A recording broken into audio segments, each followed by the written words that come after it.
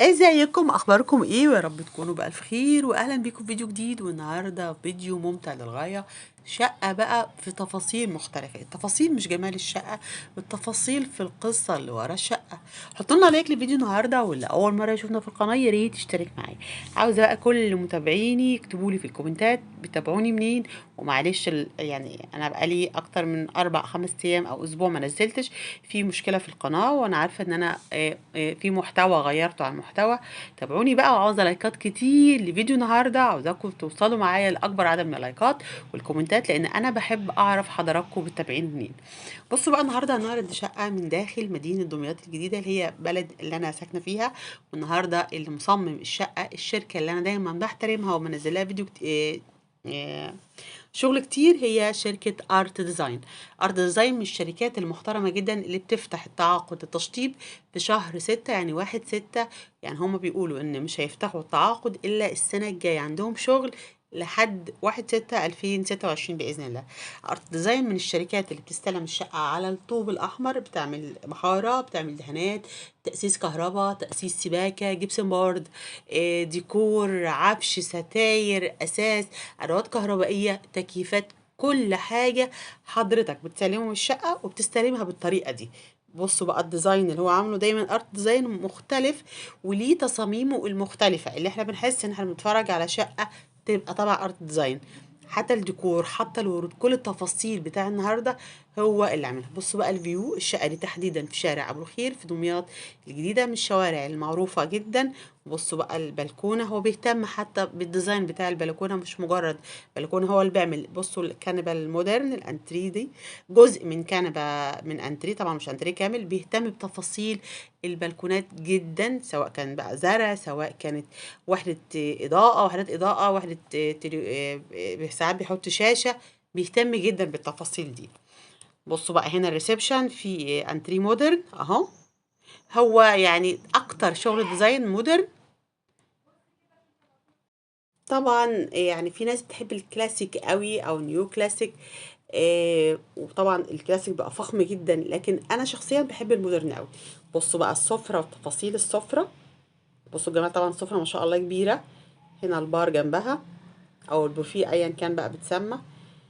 بصوا بقى المطبخ ده هو اللي بيسموه المطبخ، بتجيب كمان الادوات الكهربائيه. طبعا كل تعاقد بيختلف، هو بيحاسبك بالمتر، شامل بقى الديكور والتشطيب والجبسن بورد والسباكه والسيراميك والادوات الكهربائيه والفرش والموبيليا. هو بيعمل فرش مخصص بالمقاسات، فطبعا السعر بقى مختلف. لما تعملي عفش بيتك بالمقاس بالظبط، مش بتروحي تجيبي من المعرض حاجه جاهزه، فالوضع بيبقى مختلف. طبعا اللي كانوا بيتابعوني على الناس الجديده اللي كانت نورتني في القناه على المحتوى اللي فات، يا ريت تكتبوا لي بقى حابين المحتوى ده ولا المحتوى اللي قبله. حابين ننوع ما بين المحتوى ده والمحتوى بتاع الديكور، اكتبوا لي في الكومنتات، لان انا شخصيا بحب جدا تعليقاتكم. بحس ان في لغه تواصل بينا، او في لينك بينا حتى لو مش بنشوف بعض. ده بص بلكونه تانية، بصوا هنا الفيو. بيركز جدا بالبلكونات، بيركز جدا ان يكون عندي لون اخضر في البيت. الزرع سواء كان طبيعي او صناعي بده يروح لاي مكان. بصوا ما شاء الله مساحة البلكونة.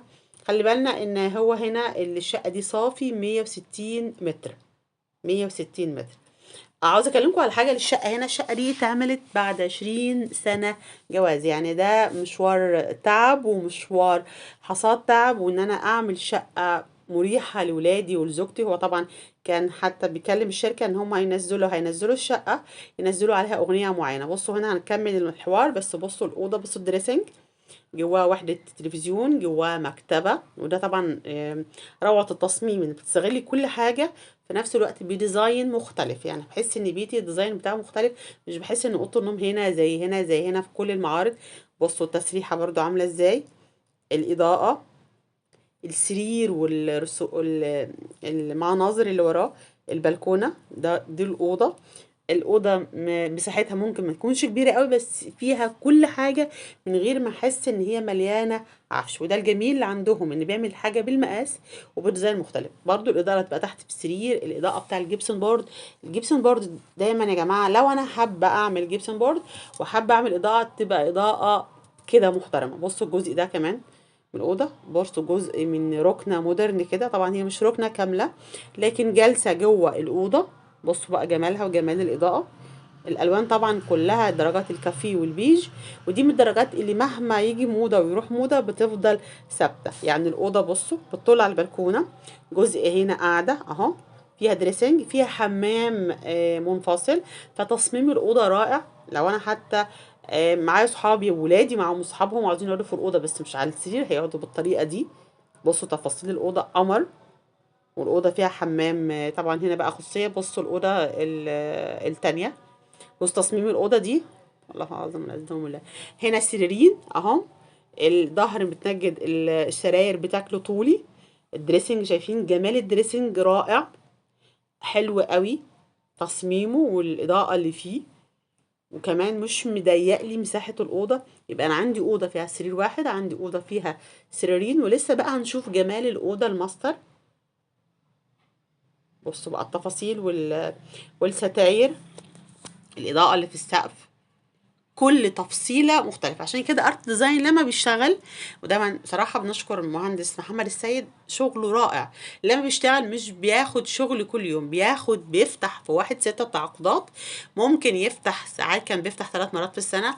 ممكن يفتح في وقت تاني غير وقت شهر 6 للعملاء المميزين او العملاء اللي دايما بيتعاملوا معاه، لان هو مش بيعمل شغل شعبي، مش بيعمل شغل كتير وبعدين بياخد الشقة من الألف للياء. فطبعا كل ده بياخد وقت ومجهود وتفاصيل تحترم، فبيحافظ على الميعاد.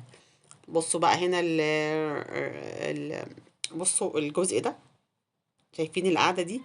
الحاجات دي زي البيوت التركي والبيوت اللي في اليابان وكوريا، بيبقى نفس الديزاينات دي موجودة فيها. بصوا ده الدريسنج، ودي القعدة هنا، وده التلفزيون، الزرق. بصوا ركزوا لتفاصيل الأوضة، هو نفسه مهتم بكل التفاصيل دي.